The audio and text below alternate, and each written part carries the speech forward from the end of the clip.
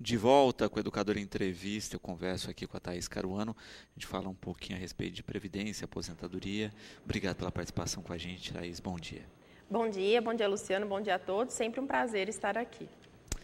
Bom, Thaís, a gente está vendo aí na imprensa a questão do pente fino, né, da invalidez, né? Em que sentido é isso, como se trata, como é que tem funcionado? Então, está ocorrendo o pente fino, ele está ocorrendo principalmente para quem já está afastado há mais de 2 anos. Então, quem tem o benefício e está afastado há mais de 2 anos, está ocorrendo o pente fino. Essas pessoas elas são convocadas para comparecer no INSS, chega uma carta. Quando chegar essa carta, a pessoa tem 5 dias para ligar no número 135 e fazer o agendamento da perícia. Realizando o agendamento da perícia, a pessoa deve comparecer com todos os relatórios e exames médicos. Então, por isso que é interessante que quem está em auxílio-doença e ainda não foi convocado, já é interessante começar a aguardar os relatórios, os exames médicos, porque caso ainda continue incapaz e precise fazer essa perícia, já está com toda a documentação completa para tentar continuar o afastamento. Porém, quem está aposentado por invalidez há mais de 5 anos, ou seja, aposentou por invalidez antes de agosto de 2012, e nesse tempo de 5 anos conta também o período que a pessoa ficou em auxílio-doença. Então, a pessoa vem há 5 anos afastada do INSS, mesmo que parte seja auxílio-doença, caso essa pessoa tenha alta, ela vai ter um bônus da Previdência Social. Esse bônus vão ser 18 meses. Nos 6 primeiros meses, a pessoa continua recebendo o benefício integral. Do 6º mês até o 12º mês, ela vai receber metade do benefício. E do 12º mês até o 18º mês, vai receber 1/4 do benefício. É uma forma de tentar auxiliar a pessoa.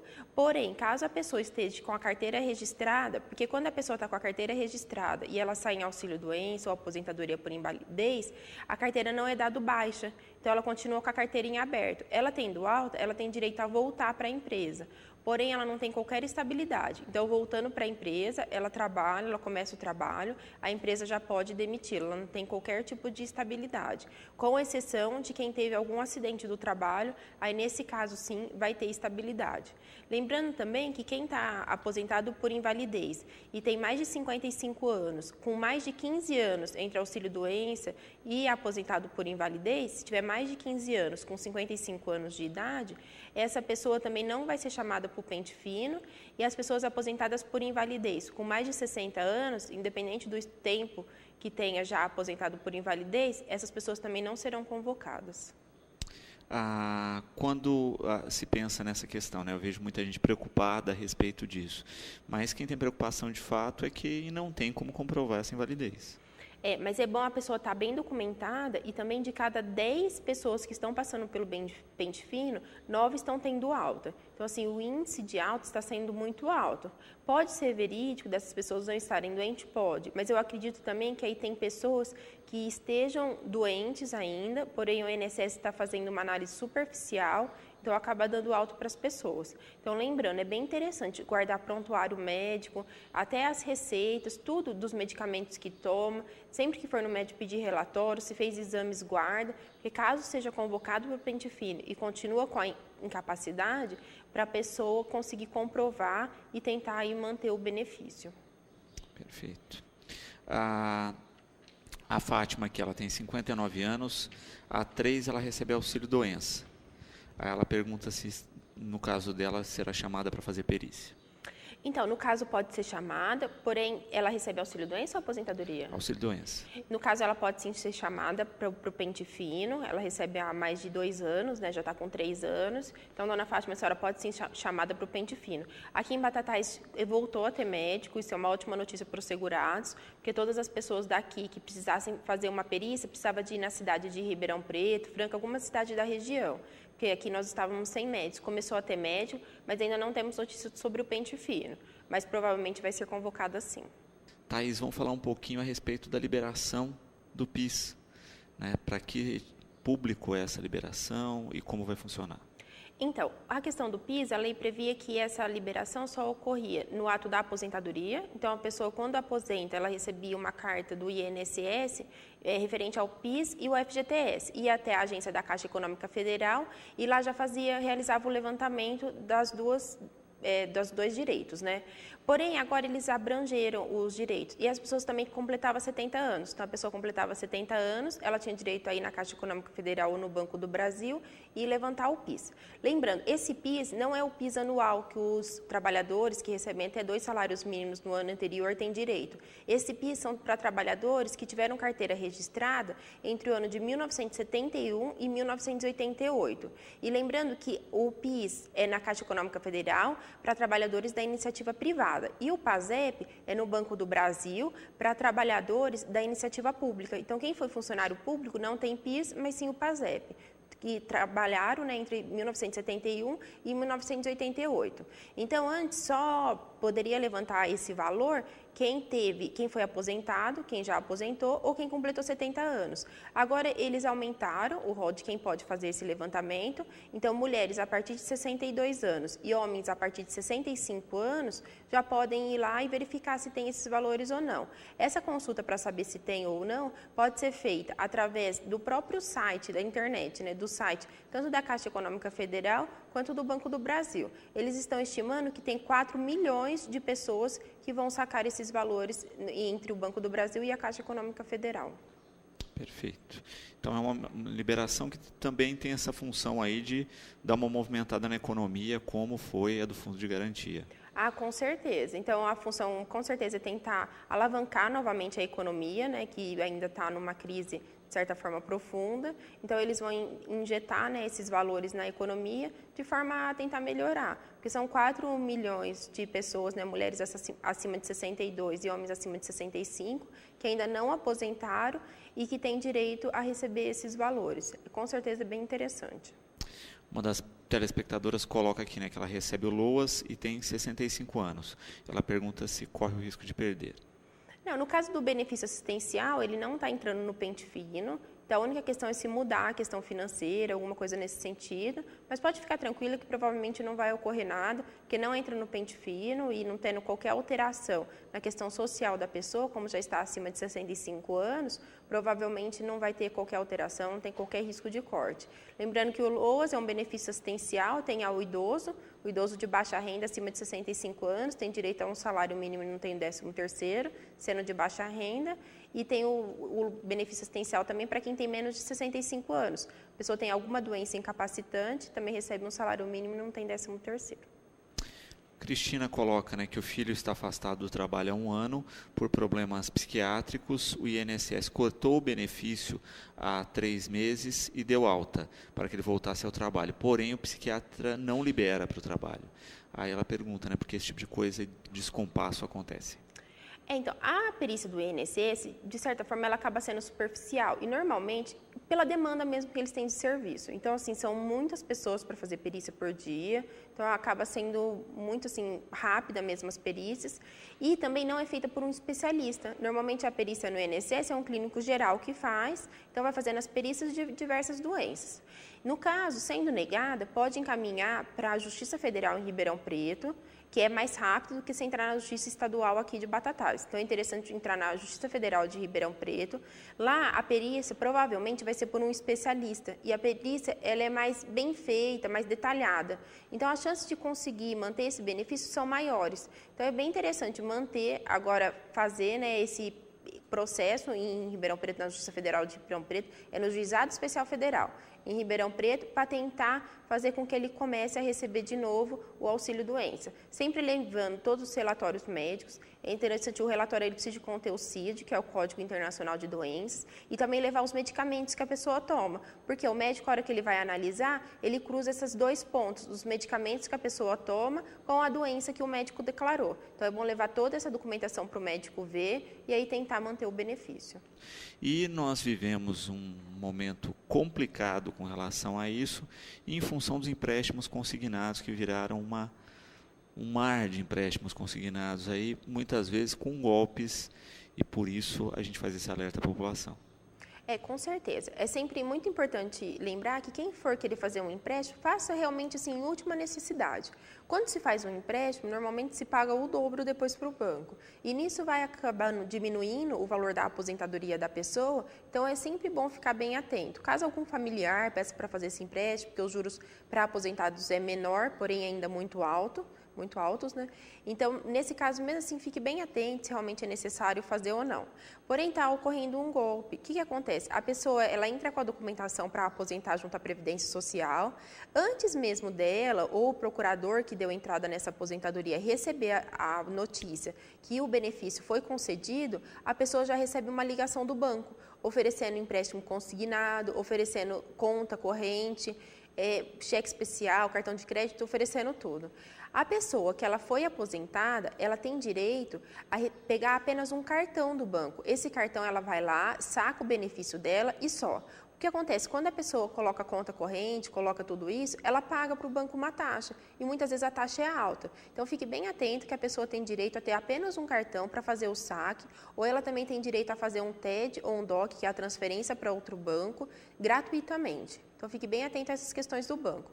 E quando o banco ligar falando que quer fornecer um empréstimo, tudo, tenta sair fora, não fala que não. Os idosos, eles são os principais alvos, porque eles acabam sendo mais educados, possuem maior paciência. Então, cuidado, sim, realmente, para não cair nesse golpe. E lembrando também que a pessoa ela pode, através do PROCON, bloquear o número para receber qualquer chamada de telemarketing. Então, ela pode ir até no PROCON e bloquear o número, falar, eu não quero receber mais qualquer chamada. E caso continue recebendo essas chamadas, podem fazer uma reclamação no PROCON, a empresa vai ser multada, sempre anota o horário e o dia que recebeu essas chamadas.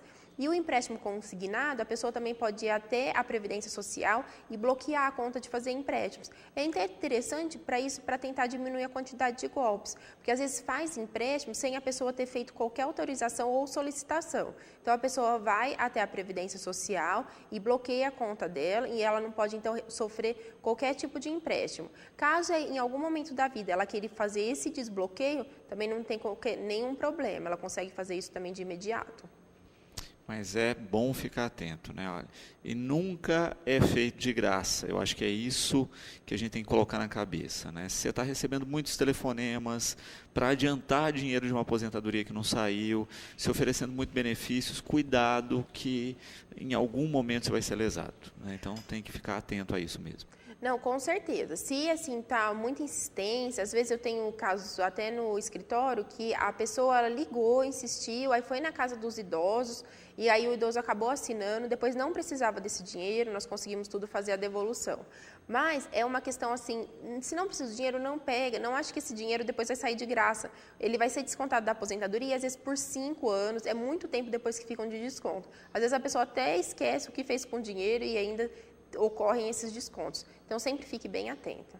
E a gente acaba vendo cada vez mais, de maneira mais comum isso, né? Não é o idoso que quer o empréstimo, é um familiar ou é um amigo e que acaba lesando esse idoso depois porque não paga e fica para o idoso pagar e acaba descontando nessa aposentadoria aí por longos períodos. Ah, com certeza. E aí depois fica descontando. A aposentadoria, ela normalmente já não é num valor expressivo, que dê para suprir todas as necessidades do idoso.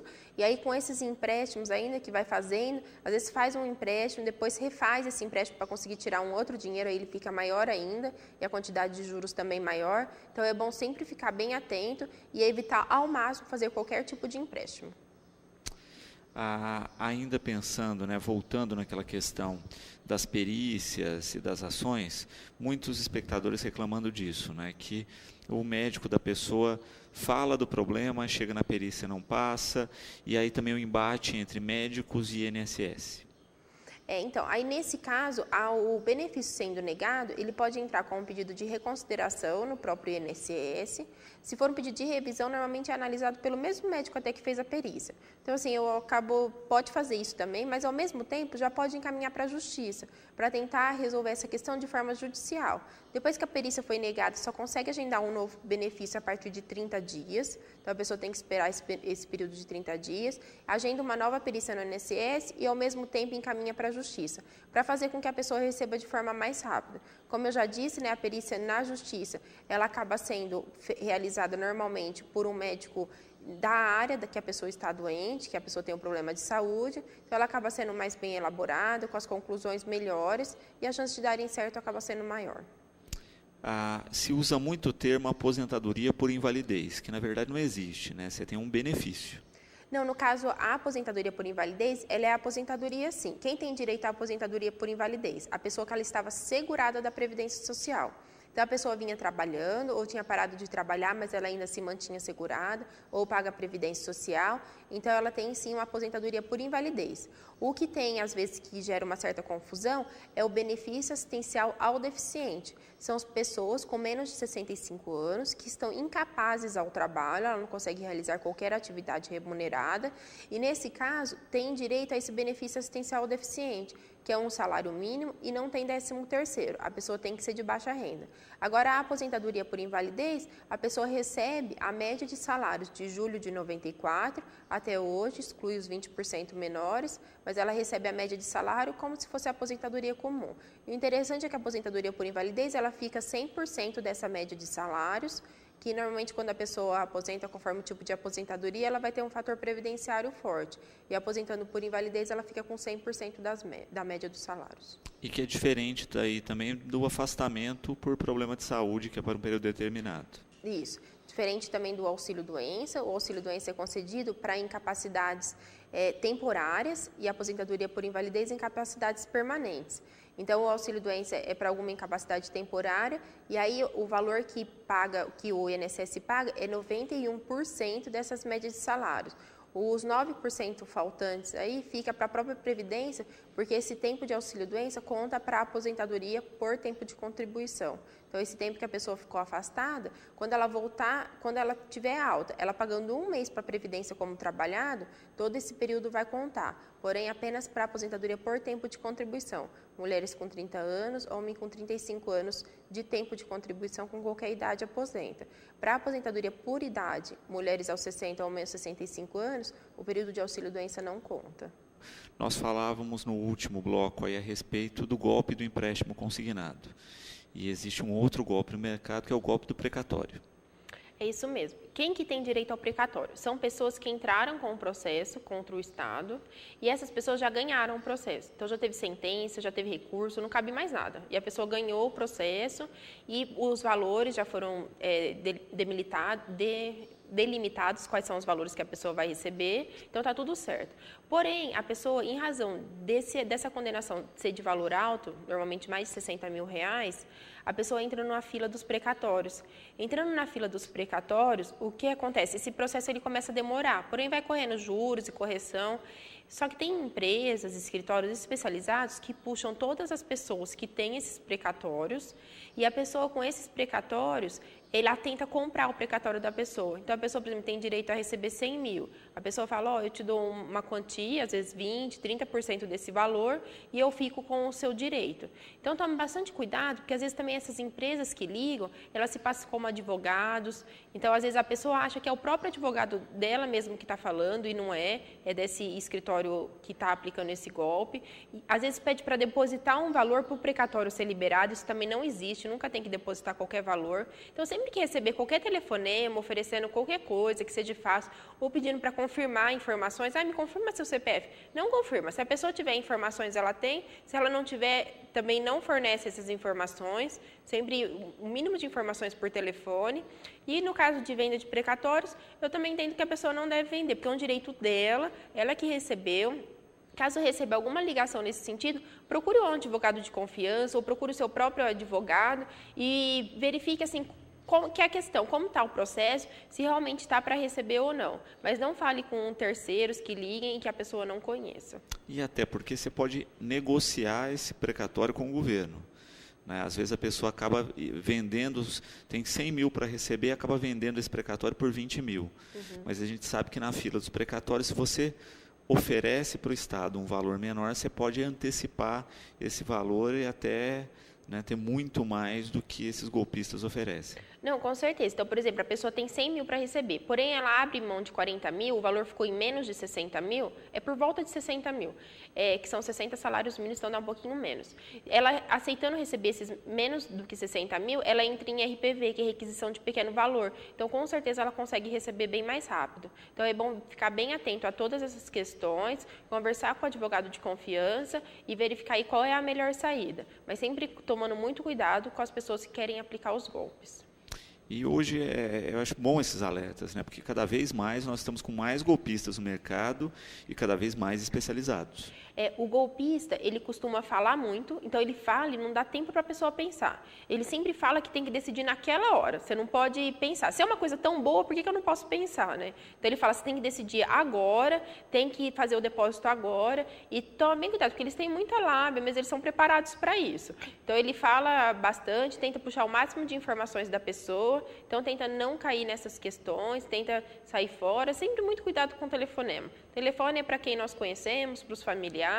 Quando começa a envolver essas questões de dinheiro, o processo, qualquer coisa assim, não é através de telefone que nós vamos resolver, mas sim indo ao fórum, indo ao advogado de confiança, para tentar resolver essas questões. Perfeito. A reforma trabalhista também é um outro assunto que está correndo aí, que está na pauta e que todo mundo tem dúvidas. A reforma trabalhista tem muitas questões, acho que dava um programa completo até, porque são várias questões. Infelizmente, a reforma trabalhista modificou quase que totalmente a CLT.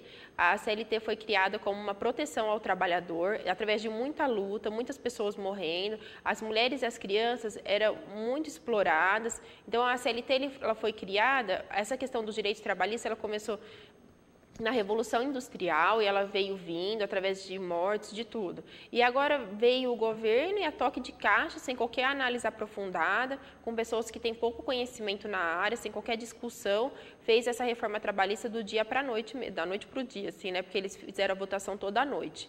Então, foi uma questão assim, bem polêmica. A reforma trabalhista, ela foi altamente prejudicial ao empregado, então, assim, melhorou um pouco para o empregador, mas eu acredito que a reforma trabalhista podia ter sido feita a ajudar, sim, o empregador, mas de forma a reduzir os impostos, não precisava de tirar direito dos trabalhadores, que já são tão onerados como um total. Ela entra em vigor a partir de 13 de novembro, o que estão, assim, provavelmente, as pessoas que já estão contratadas, elas vão continuar da forma que está a lei atual, porém, quem for contratado a partir de 13 de novembro, já vai entrar em todas as regras novas, tá?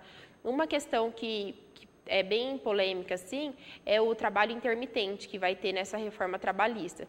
O que seria esse trabalho? A pessoa ela é contratada, ela tem um registro na carteira, porém, ela só vai quando o empregador chamar. Então, o empregador convocou ela para trabalhar, ela tem que ir lá e trabalhar. Ela vai ganhar por hora, nessa hora já vai estar o 13º, já vão estar todos os direitos da pessoa, e ela tem que ficar à disposição. Então, em um mês, o empregador pode não chamar nenhum dia, ela não recebe nada. E todos os dias que chamar, ela vai ter que comparecer. Porém, o empregador ligando para ela comparecer e ela não indo, ela tem que pagar ainda uma multa para o empregador. Eu considero isso altamente prejudicial para o empregado, porque ele tem que ficar à disposição do empregador, porém o empregador pode nunca chamar. Também outra questão, o 13º, ele pode ser parcelado em 12 vezes. Então, ele pode ser pago assim mensalmente, ele vai se incorporar ao salário e não vai se ver mais essa diferença que nós temos em dezembro, né, da pessoa ter esse valor a mais para receber. Então, a reforma trabalhista ela acaba assim, sendo bem polêmica. E as pessoas também que recebem mais do que 2 vezes o teto da Previdência Social, por volta de R$11 mil ou um pouco mais, os direitos dela também são limitados. Ela não pode recorrer ao judiciário, tudo ficou mais limitado. Para entrar com o processo trabalhista também, eles diminuíram, a pessoa vai ter que pagar custas, caso falte em audiência, vai ter que pagar todas as custas do processo, então prejudicou muito para o trabalhador e tentou limitar o acesso do trabalhador à justiça.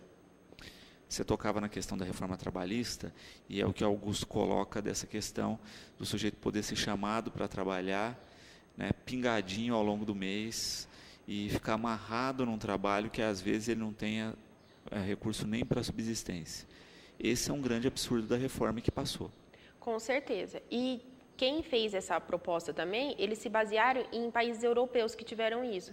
Porém, eles esqueceram de ver qual foi o resultado dessa medida. Porque todos os países europeus que aplicaram esse trabalho intermitente, houve um grande número de desempregos depois. Porque o que acontece? O empregador que ele tem uma maior demanda, por exemplo, aos finais de semana, ele vai contratar por horas, as horas só que ele precisa. Então, ele vai retirar todo o trabalhador da jornada, né, durante a semana e vai pagar só aquelas horas. Então, houve um grande número, na verdade, de desemprego. Só que quando foram fazer essa reforma, eles não analisaram e grande número dos senadores e dos deputados, eles possuem empresa, seja no nome deles ou de pessoas próximas. Então, provavelmente, eles fizeram toda essa reforma até para benefício próprio, porque em benefício dos que eles representam, né, que é a população em geral, com certeza não foi. E acaba gerando um grande problema aí, né? Porque a pessoa fica amarrada em um trabalho que às vezes não garante subsistência. Não, com certeza. Então a pessoa. E assim, a maior questão, tudo bem, tem o registro na carteira. A questão é a pessoa, caso ela não compareça, ela tem que pagar uma multa. Então, se esse mês todo eu não fui convocada nenhuma vez, tem um registro desse tipo na minha carteira, eu não fui convocada nenhuma vez, vou procurar outro emprego. Então, eu procurei outro emprego e começo com outro emprego. Porém, se a primeira empresa que eu estou contratada me convocar e eu não comparecer, aí no caso eu tenho que pagar uma multa. Então, a pessoa ela fica sem condições básicas, mínimas de sobrevivência.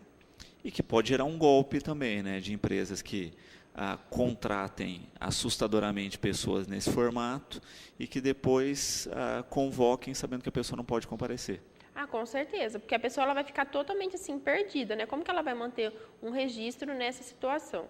Até eles mencionaram assim que empresas que não tenham boa índole que sugeriram essas alterações que foram realizadas na CLT, né? A Consolidação das Leis do Trabalho. Porque empresas sérias com certeza não vão ter essas medidas. Sem dúvida. A Emerson aqui com a gente, né, dizendo o seguinte, que a mãe se aposentou aos 62 anos, normalmente, mas continuou trabalhando em paralelo e depois acabou adoecendo e tendo uma deficiência. Ele pergunta se, nesse caso, ela pode acumular um benefício ou não. Tá. No caso, ela não vai ter direito a 2 aposentadorias, então a pessoa que ela já aposentou, ela continua trabalhando, vindo a ficar doente, ela não recebe auxílio-doença, não consegue outra aposentadoria, esse valor repassado para o INSS, ele não tem quase nenhuma função, tá? Ele não reverte novamente para a pessoa. Porém, caso a pessoa ela esteja incapacitada e ela precise constantemente, então direto, ela precisa da ajuda de uma outra pessoa, de uma terceira pessoa, ela tem direito a aumentar 25% de sua aposentadoria. Então, a pessoa, ela aposentou, depois ela veio a ficar incapaz e, em razão dessa incapacidade, ela precisa do auxílio constante de uma outra pessoa. Nesse caso, ela tem direito a aumentar a aposentadoria em 25%.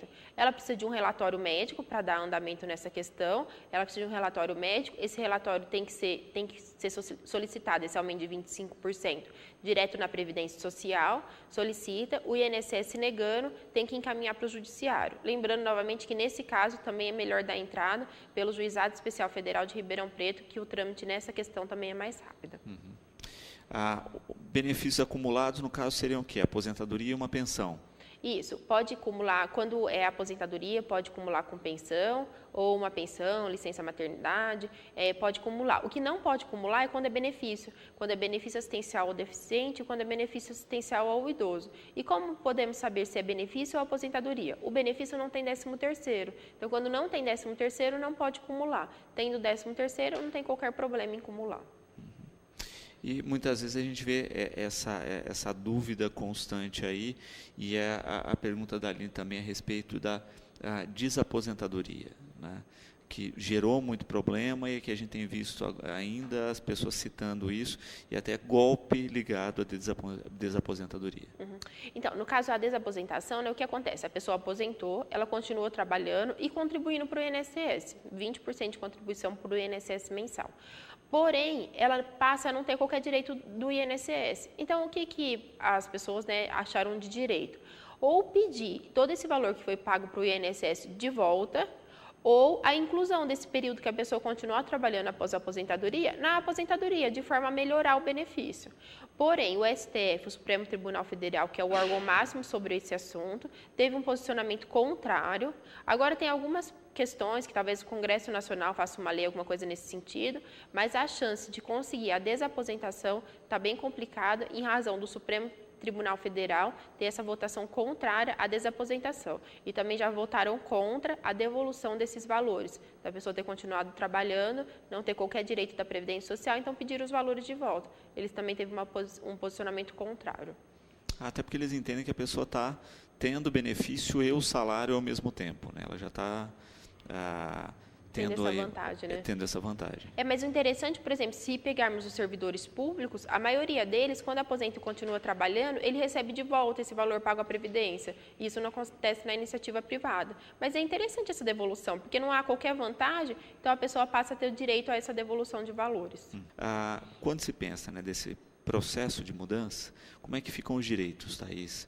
Né, tem um período aí de acomodação disso, como é que se vê a questão legal nesse período de transição? Então, quem está com a legislação atual, né, se mantém. Quem for contratado a partir de 13 de novembro vai entrar totalmente na legislação nova. Então, aí a pessoa vai ter já os direitos sim, mais relativizados, né, em razão de estar com toda essa legislação nova. Então, quem está empregado hoje vale a legislação anterior? Vale. Mas, porém, alguns pontos vão atingir a todos. Por exemplo, o direito processual, ele também foi alterado, então o acesso à justiça, ele foi limitado. Tem várias questões alteradas na questão processual, então a forma de entrar com o processo não vai ser a mesma e nem os resultados, porque conforme for, o trabalhador vai ter que pagar custas desse processo. Então, é bem interessante, sim, agora analisar melhor quem vai dar entrada com o processo, o que realmente vai acontecer. Então, porque não vai entrar mais na justiça e ter qualquer custo ao final. Então, é interessante, sim, ver como que vai fazer. Então, alguns pontos da reforma trabalhista, com certeza, vai atingir a todos. Quem está trabalhando agora, ele não pode simplesmente ser demitido agora e ser contratado a partir de 13 de novembro. Vai haver uma quarentena aí. Eles ainda não finalizaram o tempo, mas provavelmente vai ser por volta de 1 ano. Então, vai ser demitido, só pode ser recontratado para valer com as leis novas depois de 1 ano. Então, verificando aí qual vai ser essa quarentena. Então, porque senão a gente viraria um mar de demissões e recontratações. Com certeza. Senão todo mundo ia ser demitido, recontratado, para cair já na legislação nova, que acaba sendo mais benéfica ao empregador. Outra questão também da reforma é que passou, antes tinha que ter acordo coletivo, tudo, para ter a jornada 12 por 36 horas. Então, a pessoa trabalha um dia e folga um. Ela trabalha um e folga um. Então, no caso, agora a legislação mesmo prevê. Só que esse tipo de contratação não é visto como maléfico, porque a quantidade de horas que a pessoa trabalha na semana acaba sendo menor que 44 horas semanais. Então, a pessoa trabalha 12 por 36, né? A pessoa trabalha um e folga outro. E já era uma coisa corriqueira que acontecia? Com certeza. Isso já acontecia assim, de forma repetida, né? Muitas empresas, conforme o ramo, se tem que ficar direto assim trabalhando, essa jornada já era entendida, a pessoa já utilizava dessa jornada. Só que antes tinha que haver intervenção de sindicato, várias questões. Outra questão é que eles retiraram a verba sindical. Então, antes, todo mês de maio, né, é recolhido a verba sindical, que é um dia de trabalho do empregado. E agora eles não querem mais fazer, a lei prevê que não tem mais que ter esse recolhimento. Qual é o objetivo disso? Não sou sindicalista, não sou nada, mas os sindicatos, eles são importantes em um Estado, porque muitas vezes é onde se reúnem as pessoas e as pessoas lutam pelos direitos. Então, eles que muitas vezes fazem manifestações para demonstrar insatisfação de alguma questão, alguma alteração, e enfraquecendo os sindicatos, vão haver menos resistências de tudo. Então, é bem, assim, é importante, os sindicatos é importante na sociedade, mas o governo está fazendo de uma forma que vai acabar tirando a força do sindicato, porque as contribuições que eram repassadas de forma obrigatória vão acabar. Caio aqui perguntando também a respeito disso, né? À medida que essa legislação começa a ser implementada, você acredita que a gente vai ter um impacto, inclusive na questão processual aí, em função de vários direitos que foram retirados? Então, eu acredito que os processos trabalhistas, de certa forma, provavelmente eles vão diminuir, até porque diminuiu, assim, o acesso à justiça, ele acabou sendo limitado. Mas aí, agora, né, está havendo todo um estudo, uma alteração para verificar como que realmente vão ficar esses direitos, o que realmente, muitos pontos, tem vários estudiosos já falando que muitos pontos da reforma trabalhista são inconstitucionais, que não poderiam ter sido mexidos. Então, agora nós vamos ter que ver como vai ser mesmo essa construção dessas alterações, mas eu acredito, sim, que muito também vai ser discutido na justiça e espero, assim, que quem for julgar tenha a sensibilidade de ver o lado, com certeza, do empregado. No caso das pessoas que estão prestes a se aposentar, é a pergunta da Marília, né? Como é que fica a questão com as mudanças? A pessoa mantém os seus direitos? Então, aí no caso da aposentadoria, a reforma previdenciária. A reforma previdenciária, ela não saiu ainda, ela continua, não saiu, estão falando que vai ser depois do Michel Temer, aí outros estavam falando que agora em outubro eles vão fazer alguma alteração, nós estamos aguardando para ver o que acontece. Então, o que vale é a lei que já estava em vigor, da forma que está, porém, quem já está quase para aposentar, pode ficar mais tranquilo também, porque vão ter várias regras de transição, então, provavelmente, quem está para aposentar não vai ser prejudicado com a reforma previdenciária. Na questão da trabalhista, você fala disso, né, dessa margem de implementação para que também não tenham vários prejuízos diretos aí ao trabalhador. A gente viu que também a questão sindical foi muito alterada, né? Também porque o Brasil tinha uma avalanche de sindicatos e uma nuvem aí que a gente não conseguia enxergar direito o funcionamento desses sindicatos, né? Então parece que isso também é um ponto que vai dar um pouco mais de transparência, mas também tira poder. Eles podiam, talvez, de certa forma, regularizar, mexer na questão dos sindicatos e não simplesmente tirar toda a contribuição que existia ao sindicato, né? Outra questão também, todo o termo de rescisão de contrato de trabalho, então o empregado saía da empresa. A homologação de quem tinha mais de 1 ano de serviço, então a pessoa tinha o registro na carteira com mais de 1 ano. A homologação desse termo de rescisão de contrato de trabalho, da rescisão do empregado, era realizada através dos sindicatos. Isso também vai parar de ser obrigatório. Então, toda a homologação vai ser feita dentro da própria empresa. E o que eles estão falando? Que o empregado ele vai ter a força de discutir as cláusulas contratuais com o empregador, que não vai precisar mais haver qualquer intervenção do sindicato. Mas, sinceramente, vocês acham que o empregado ele vai ter força de discussão com o empregador?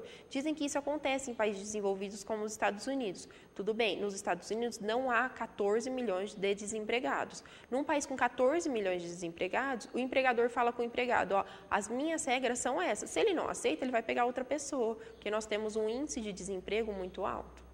Falando a respeito ainda da questão da aposentadoria e dos benefícios, né, a gente está dentro da lei em vigor, né, não tem essa transição ainda, e é o que a Mirtes pergunta, né? Hoje, para uma pessoa se aposentar, qual é a regra?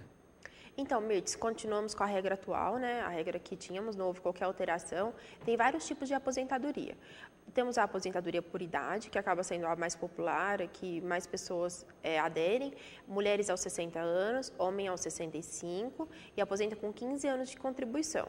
Caso tenha trabalhado apenas no meio rural, diminui 5 anos a idade. Então, mulheres aos 55 anos, homem aos 60 anos, trabalhando só no meio rural, com 15 anos de contribuição, aposenta. Essa é a aposentadoria por idade. Também temos a aposentadoria por tempo de contribuição, mulher aos 30 anos, homem aos 35 anos, e no caso aposenta com qualquer idade. Chegando a esse tempo de contribuição, por exemplo, uma mulher que começou a trabalhar com 20 anos, ela trabalha durante 30 anos de forma contínua, quando chegar aos 50 anos ela já consegue a aposentadoria. Esse mesmo exemplo, homem ao chegar aos 55 anos, também conseguiria já a aposentadoria. Temos a aposentadoria especial, que conforme a atividade que a pessoa está exposta, com insalubridade ou periculosidade, a agentes que fazem mal para a saúde, a pessoa aposenta a partir de 15 anos de contribuição, e com qualquer idade, 15, 20 ou 25 anos de contribuição. Por exemplo, pessoas que trabalham no raio-x aposentam mais cedo, em razão do tanto que faz mal estar exposto àqueles raios ionizantes. Então, aí, essas são as principais formas de aposentadoria. Também temos a aposentadoria especial ao deficiente, aí temos algumas outras assim que são menos utilizadas, mas essas são as principais. No caso da insalubridade, a pessoa precisa comprovar os malefícios do produto que ela usa, da utilização. Às vezes ela não está, por exemplo, categorizada, mas pode-se entrar com uma ação tentando provar isso. Com certeza. É sempre interessante juntar provas. Então, se a pessoa, por exemplo, recebeu insalubridade, guarde os contra-cheques, porque isso depois pode ser uma prova na justiça que ela recebeu insalubridade. Ou se essa insalubridade ela foi comprovada através de um processo judicial. É interessante guardar essa sentença. Mas tem formulários próprios da Previdência Social, como o PPP, é o Perfil Profissiográfico Previdenciário. Através desse documento, a pessoa comprova a insalubridade, seja na própria Previdência Social, ou depois, caso a Previdência nega, junto à Justiça. Muitas vezes a Previdência Social nega a questão da aposentadoria especial. Eles não reconhecem o aumento de 40% do tempo para o homem. Então, cada 10 anos em atividade especial, para o homem, esses 10 anos se transformam em 14. E para a mulher tem um aumento de 20%. Cada 10 anos se transformam em 12. Então, caso o INSS não reconheça esses períodos como especiais, aí tem que encaminhar o processo para a Justiça, com toda a documentação completa, muitas vezes são realizadas perícias, para tentar comprovar esse período especial e ter esse plus na aposentadoria. Uhum. E, de fato, né, fazer esse acompanhamento e não deixar para depois, eu acho que é o importante. Né? A gente fala sempre dessa história. É previdência porque a pessoa tem que prever o futuro. Uhum. e muitas vezes a pessoa deixa para procurar os seus direitos já na melhor idade, sem ter recolhido, enfim, num momento em que é difícil retroagir, achar comprovantes, entre outras coisas. Não, com certeza. É sempre bom fazer um planejamento desde novo. E também o que é interessante? É interessante manter a previdência sempre paga, porque nós não sabemos os dias de amanhã, né? Então, podemos sair, sofrer um acidente ou ter alguma doença incapacitante e, em razão disso, não conseguimos mais trabalhar. Então, é sempre interessante a previdência. E lembrando que a previdência privada, ela acaba não tendo tantos benefícios quanto a previdência pública. Apesar de toda essa propaganda negativa da previdência pública, ela é boa para o segurado. Porque, por exemplo, as previdências privadas normalmente não têm qualquer benefício caso a incapacidade seja temporária. Então, por exemplo, a pessoa quebrou a perna e não está conseguindo ir trabalhar. Nesse caso, a previdência pública, ela paga o benefício até a pessoa se restabelecer, voltar a ter saúde para voltar ao trabalho.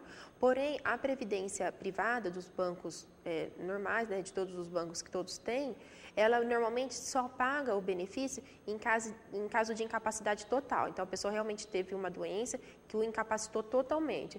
E, às vezes, é interessante, né, conforme a doença, ter os benefícios. Tem o auxílio maternidade, tem a aposentadoria por invalidez. Então, é sempre interessante se manter segurado da Previdência Social. Lembrando que a Previdência consegue se manter segurado a partir de menos de R$50 por mês, menos de 5% do salário mínimo, dá menos de R$50 por mês. A pessoa já consegue se manter segurada.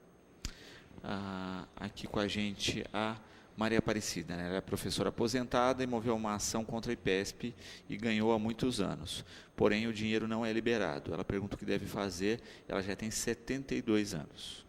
Então, nesse caso, provavelmente está em precatório, que nós comentamos que estamos tendo os golpes do precatório, né? Tem que ir acompanhando mesmo, verificar com o advogado o porquê da demora, mas infelizmente eles demoram mesmo para vir. E cuidado para não cair em nenhum golpe, como nós falamos no começo do programa, porque muitas vezes as pessoas tentam comprar esses precatórios com valores muito menores. Então, fique atento a isso. O importante é procurar um advogado mesmo da área e tentar fazer uma contraproposta para ver se antecipa esse valor. Aí pode procurar o próprio advogado do processo, né, um outro advogado de confiança, para verificar o que está acontecendo e se tem alguma opção para tentar acelerar esse recebimento.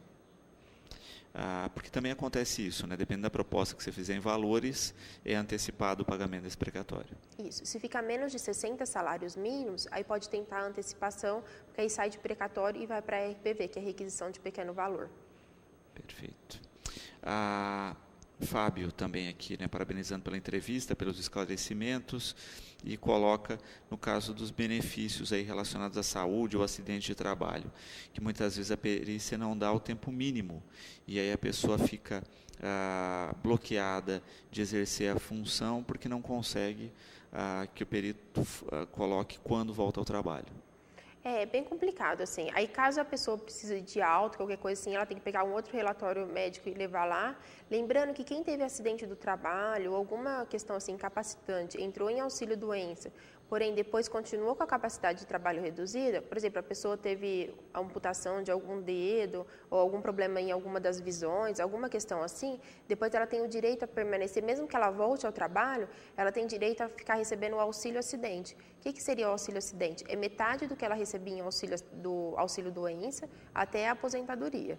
Mas aí, nesse caso que a pessoa não recebeu e o perito deu algum problema, aí tem que fazer requerimento para a própria Previdência para tentar arrumar essas questões. Ou recorrer ao judiciário, infelizmente.